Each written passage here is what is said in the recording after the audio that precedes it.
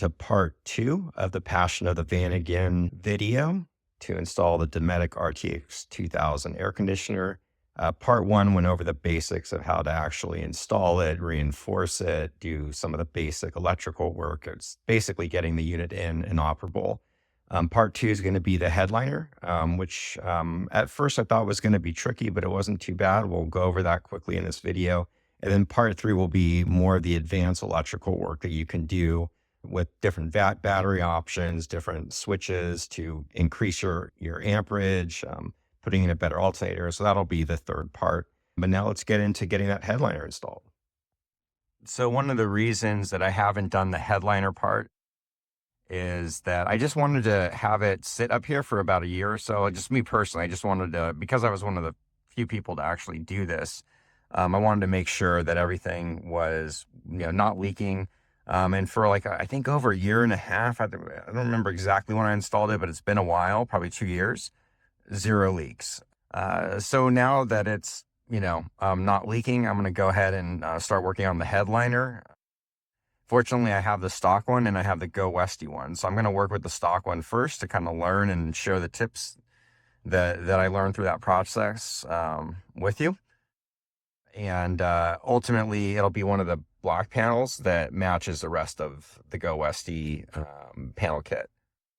For the headliner, I'm going to try a couple different ways. I've seen people where they basically cut the headliner in half and they just sort of cut out the space for the AC, and then they just line up the two parts, meet in the middle, and they might put a screw or two with a screw cap.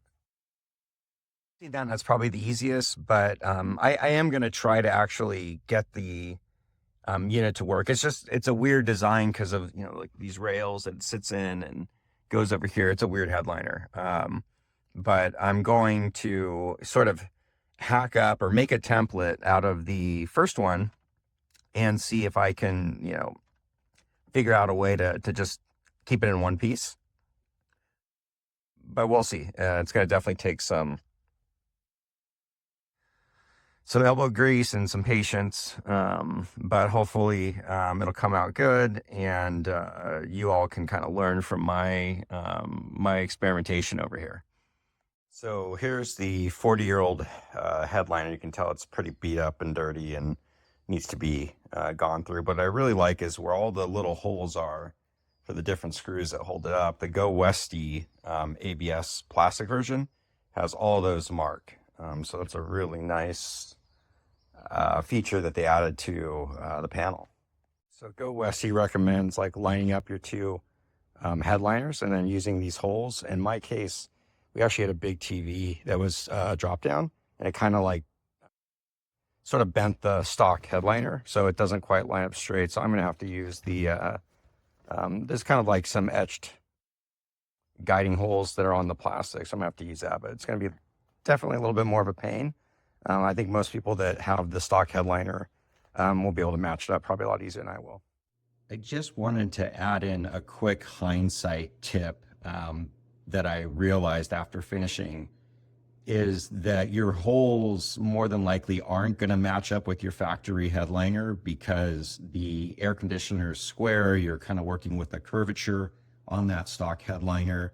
And so don't be surprised if you do have to do new holes like I did.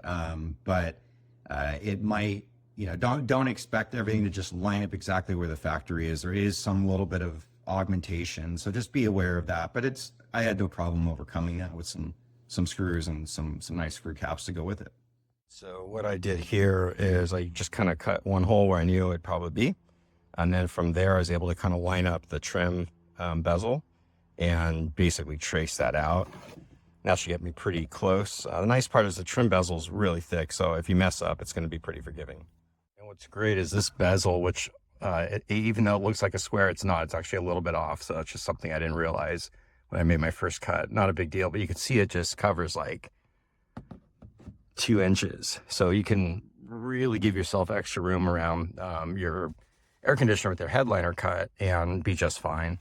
And surprisingly, it only took me an hour and a half to mark up the stock one. Now, granted, this thing is warped and it had other stuff mounted, and so this is not a good indication, but you can definitely get it in.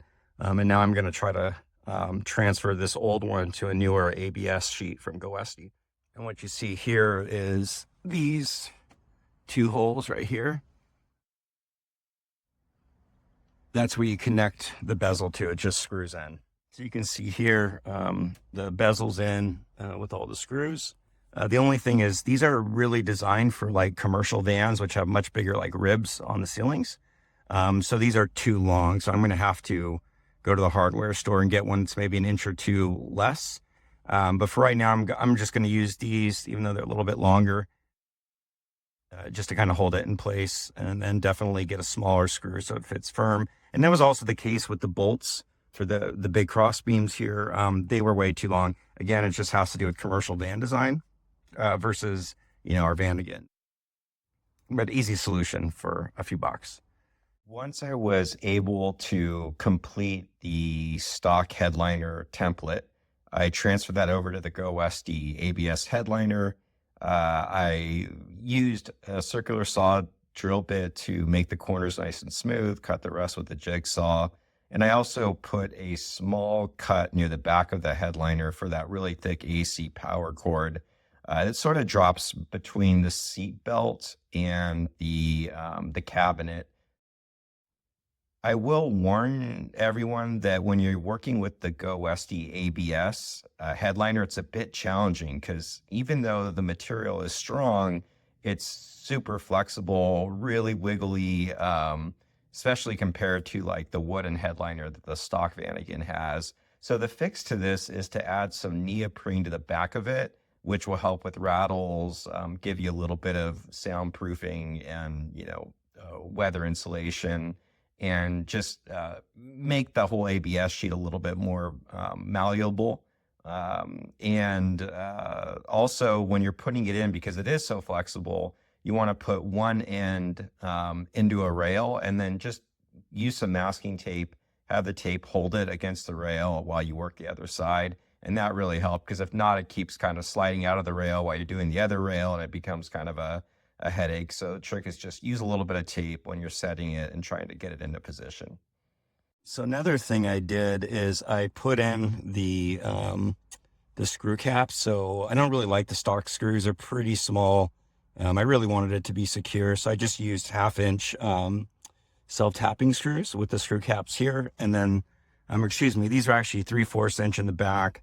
And then the front was, I think 1/2 inch self-tapping, but it's pretty sturdy. Driving it around, they're actually, even though if I hit it, I can get a little bit of rattle, but driving it, putting on the subwoofers, everything, it didn't rattle at all. And I went on dirt roads. So I think as, more and more the stuff gets tightened and this thing goes on there, this thing's going to be pretty sturdy. So I'm not too worried about it. Now I just need to go to the store and get some, I think they're M6 bolts. This is kind of more for a commercial van. So I definitely need to go to the hardware store right now and get some bolts that will be flush mount. But overall, I like the way it came out. So you could see here I was able to buy an M6 bolt. I think it's M6 by 100, which will allow us to, there we go. Where's it at? Right here. Go right into there, so you don't have those big bolts sticking out. And then also I was able to find it in black, which is kind of cool. So it looks real cool, real flush.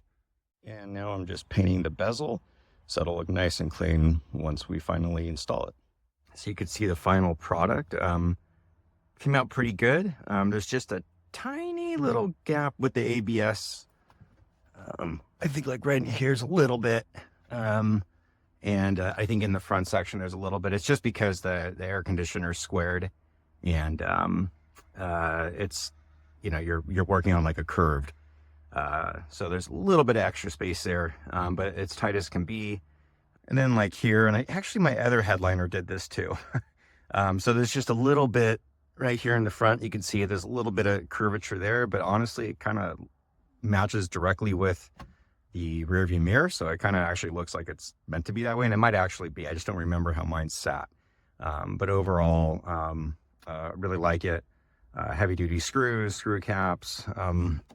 This is solid as can be. I rushed the paint a little bit. I had my kids coming home and I had to get this thing done. So I put a couple fingerprints probably around the bezel, but this thing's probably going to get thrashed with a bunch of kiddos.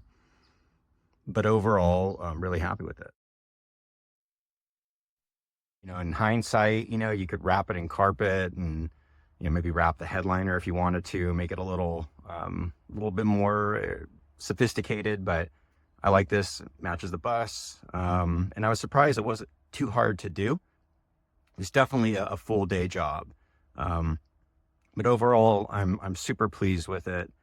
Really goes with the whole bus.